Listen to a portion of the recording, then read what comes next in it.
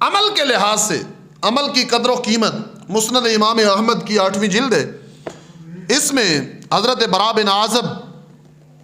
رضی اللہ تعالی عنہ کی مرویات سے ایک حدیث مبارکہ کا کچھ حصہ میرے آقا سید المرسلین صلی اللہ علیہ وسلم ارشاد فرماتے ہیں، جب بندہ دنیا سے جاتا ہے اور قبر میں سوال و جواب ہوتے ہیں، حساب ہوتا ہے، قبر سے ہی حساب شروع ہو جاتا ہے۔ پہلا سوال کیا ہے؟ من ربوں کا، تیرا رب کون ہے؟ دوسرا سوال ہے ما دینوں کا، تیرا دین کیا ہے؟ تیسرے نمبر پہ جو یہاں لکھا ہے وہ ہے من نبیوں کا، تیرا نبی کون ہے؟ یا جو بخاری میں دیگر ماخذ میں حدیث مبارکہ آتی ہے اس میں ہے کہ ما کنت تقول فی حاضر رجل، سرکار دو عالم صلی اللہ علیہ وسلم کی بندے کو زیارت ہوگی، پوچھا جائے گا کہ اس ہستی کے بارے میں دنیا میں تو کیا کہتا تھا، اس کو جانتا ہے تو کیسے؟ اب جو بندہ مومن ہوگا وہ تو جواب دے گا، جو دوسرے سائیڈ پہ ہوگا وہ کیا کہے گا؟ ہاں لا ادری، ہائے افسوس کہ میں انہیں جانتا نہیں، مجھے معلوم نہیں۔ اب جو سوال ہوئے تو بندے نے جواب دینا شروع کر دیے، فیقول ربی اللہ، بندے نے کہا میرا رب اللہ ہے، ودینی الاسلام، میرا دین اسلام ہے۔ اور تیسرے نمبر پہ جب انہوں نے سوال کیا کہ اس ہستی کے بارے میں کیا کہتا تھا، تو بندہ عرض کرتا ہے غم ہجر میں موت کا منتظر تھا، سنا تھا قبر میں دیدار ہوگا۔ فرشتہ پوچھتے ہو کہ یہ کون ہے؟ میں نے زندگی احساس پہ گزار دی کہ دنیا میں اگر زیارت ہوئی نہ ہوئی، ایک دن آئے گا میں قبر میں پہنچوں گا، اپنے آقا کی زیارت کر لوں گا۔ اب فرشتوں نے سوال کیے، جواب ہو گئے، تو حضور فرماتے ہیں ثم یأتیہ، جب فرشتے جاتے ہیں تو ایک بندہ قبر میں آ گیا، حسن الوجہ، چہرہ اس کا خوبصورت، طیب الریح، اس کے جسم سے خوشبو بڑی اچھی آ رہی ہے، حسن الثیاب، کپڑے اس کے بڑے خوبصورت ہیں، فیقول ابشر بالذی یسرک، جواب ان کا جو حالت ہے بڑی خوبصورت ہے، تو وہ کہتا ہے، وہ بندہ جو آتا ہے وہ کہتا ہے فیقول ابشر، او بندے قبر میں لیٹے ہوئے انسان خوش ہو جا، میں تجھے بشارت دینے آیا ہوں، خوشخبری دینے آیا ہوں،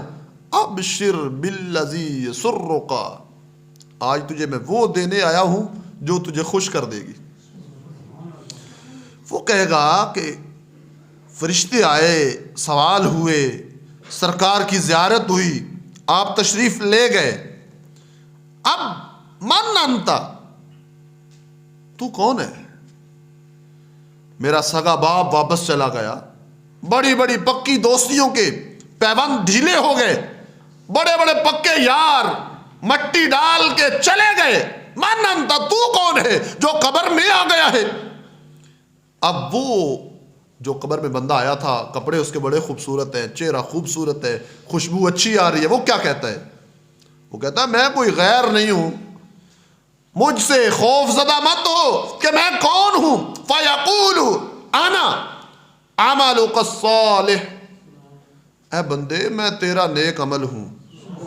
میں تیری پڑھی ہوئی نماز ہوں، میں تیرا رکھا ہوا روزہ ہوں، میں وہ سحری کے وقت کا نکلا ہوا تیری آنکھ سے آنسو ہوں، میں وہ تیرا پڑھا ہوا درود و سلام ہوں، میں وہ تیرا پڑھا ہوا قرآن ہوں، میں وہ تیرا ذکر اذکار جو سارے تو نے نیک عمل کیے، اللہ نے مجھے خوبصورت شکل بنا کے عطا کی اور مجھے تیرے پاس بھیج دیا کہ وہ سارے عمل اکٹھے ہو کے قبر میں بھی آ جاتے ہیں اور قبر میں پھر بچاتے بھی ہیں۔ پھر جو سارا انتظام ہے آگے اللہ رب العزت جل وعلا فرماتا ہے، یہ حدیث مبارکہ بڑی لمبی ہے کہ اس کے ساتھ جو سلوک ہوتا ہے، بہرحال عمل اچھا ہوگا تو بندہ بھی خوبصورت آئے گا، کپڑے بھی اس کے اچھے ہوں گے. اگر عمل برا ہوا پھر اس کا برعکس ہوگا, پھر حساب بڑا سخت ہے. فرشتے جو جان نکالنے آئے سختی وہ بھی کریں گے, قبر میں پہنچیں گے منکر نکیر سختی سے اٹھائیں گے, جھنجھوڑیں گے, بندہ بڑا خوف زدہ ہے. اور جب وہ چلے گئے جواب اس کو آئے نہیں, پھر بندہ آ جاتا ہے قبر میں جس کا چہرہ بگڑا ہوا, بد شکل اور پھٹے پرانے کپڑے, بدبودار جسم. وہ آ کے پھر اللہ کے عذاب کا سناتا ہے کہ اب تجھے عذاب ہونے والا ہے. وہ کہتا ہے تو کون ہے؟ روح نکلنے سے لے کر حساب ہونے تک مجھ سے سختی ہوتی رہی, اب تو آ گیا ہے, تیری شکل ان سے بھی ڈراؤنی لگتی ہے, کون ہے تو؟ وہ کہتا ہے میں کوئی غیر نہیں ہوں, میں بھی تیرا کیا ہوا عمل ہوں, میں وہ تیری قضا کی ہوئی نماز ہوں, میں وہ کسی کو دی ہوئی تکلیف ہوں, میں وہ کسی غریب کو مارا ہوا تماچا ہوں, میں وہ سارے برے عمل اللہ نے اکٹھا کر کے مجھے یہ برا سا جسم دیا ہے, تیرے پاس بھیجا ہے کہ اب آ گیا ہے تو قبر میں, اب حساب ہے بڑا سخت, اب تیرے ساتھ جو سلوک ہونے والا ہے وہ بڑا دردناک قسم کا سلوک ہے. اس